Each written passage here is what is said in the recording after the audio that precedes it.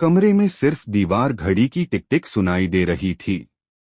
आर्य की नजरें जमीन पर जमी थीं, जबकि अनु उसके सामने खड़ी थी, सवालों का तूफान लिए।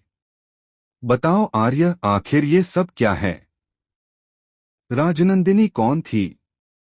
और मेरा उससे क्या रिश्ता है? अनु ने कांपती आवाज में पूछा। आर्य ने सिर उठाया। उसकी आंखों में दर्द और डर दोनों झलक रहे थे। अनु, तुम ये सब जानकर शायद मुझसे नफरत करने लगो। मुझे नफरत नहीं चाहिए आर्य, अनु बोली, मुझे सच्चाई चाहिए। आर्य ने गहरी सांस ली, कुर्सी पर बैठ गया और बोला, राजनंदिनी मेरी पत्नी थी। वो तुम्हारी तरह ही दिखती थी, चेहरा, हाव भाव, यहाँ तक कि उसकी आदतें भी तुम जैसी थीं। कभी कभी मुझे लगता था जैसे तुम वही हो जो लौट आई हो। अनु की आंखें चौड़ी हो गईं। क्या मतलब? वो मर चुकी थी? हाँ, आर्य ने धीमे स्वर में कहा। एक हादसे में। और उस हादसे के बाद मैं टूट गया था। फिर कुछ सालों बाद तुम मेरी जिंदगी में आई। पहली बार जब तुम्हें देखा तो मुझे लगा जैसे राजनंदिनी फिर से लौट आई हो। अनु ने एक कदम पीछे लिया। उसे याद आया जब उसने कंपनी में पहली बार कदम रखा था। आर्य का चेहरा देखकर वो भी अजीब सी बेचैनी महसूस कर रही थी। शायद उस वक्त उसका मन कुछ पहचान चुका था जो दिमाग समझ नहीं पाया था। तो क्या तुमने मुझे इसलिए रखा क्योंकि मैं उसकी तरह दिखती थी? अनु का सवाल सीधा था। आर्य कुछ पल तक चुप रहा।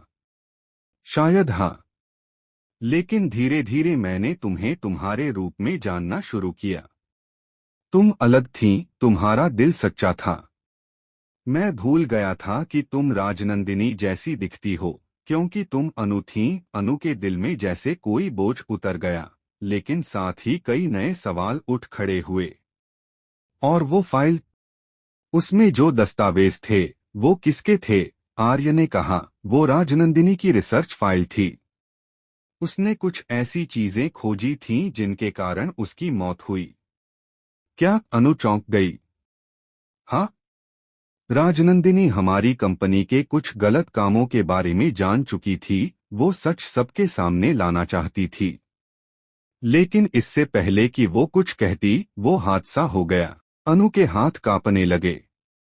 मतलब? उसकी मौत एक हादसा नहीं थी। आर्य की आंखों में आंसू भर आए। मुझे भी यही शक है, अनु। और शायद तुम वही गलती दोहरा रही हो। अनु चुप हो गई। अब उसे सब कुछ समझ में आने लगा था। वो फाइल, वो तस्वीरें और वो बेहोशी का पल। शायद उसके दिमाग ने राजनंदिनी की पुरानी यादों को झलका दिया था। आर्य, उसने कहा, अगर सच यही है तो मैं भी वो सच सबके सामने लाऊंगी, चाहे कुछ भी हो।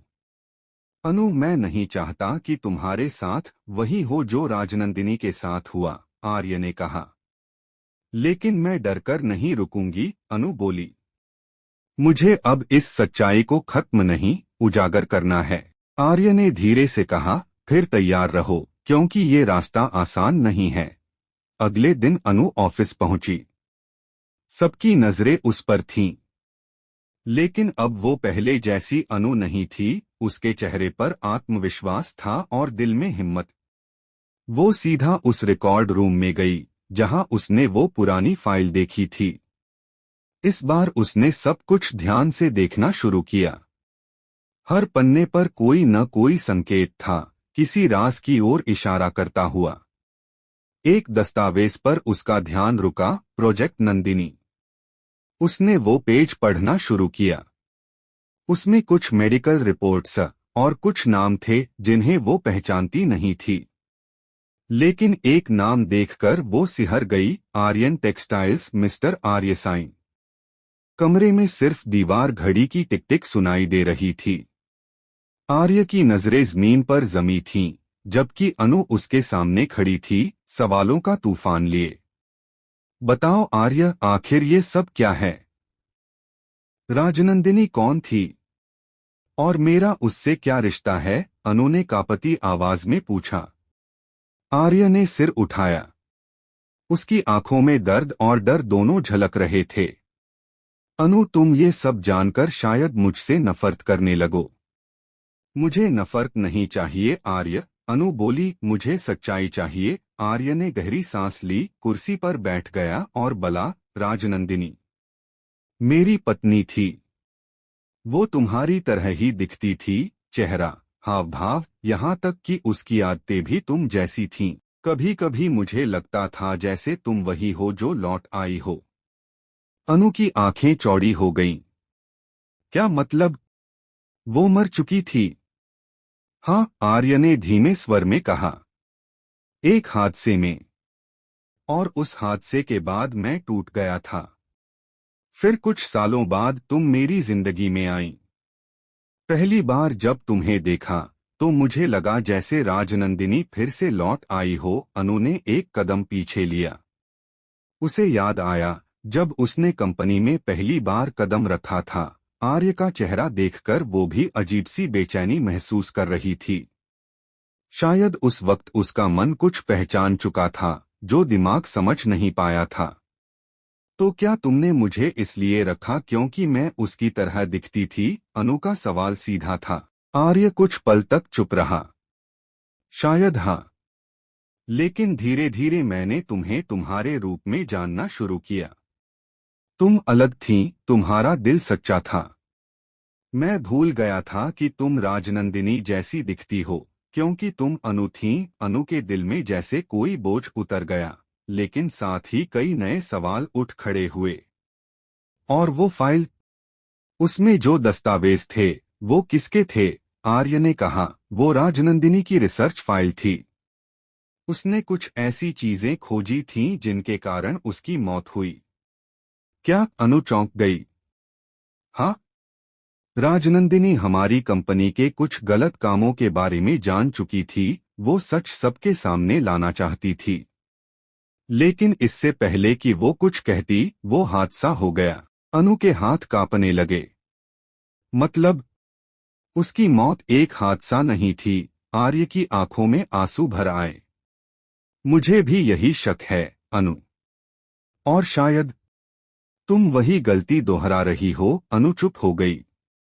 अब उसे सब कुछ समझ में आने लगा था। वो फाइल, वो तस्वीरें और वो बेहोशी का पल। शायद उसके दिमाग ने राजनंदिनी की पुरानी यादों को झलका दिया था। आर्य, उसने कहा, अगर सच यही है तो मैं भी वो सच सबके सामने लाऊंगी, चाहे कुछ भी हो। अनु, मैं नहीं चाहता कि तुम्हारे साथ वही हो जो राजनंदिनी के साथ हुआ, आर्य ने कहा। लेकिन मैं डरकर नहीं रुकूंगी, अनु बोली।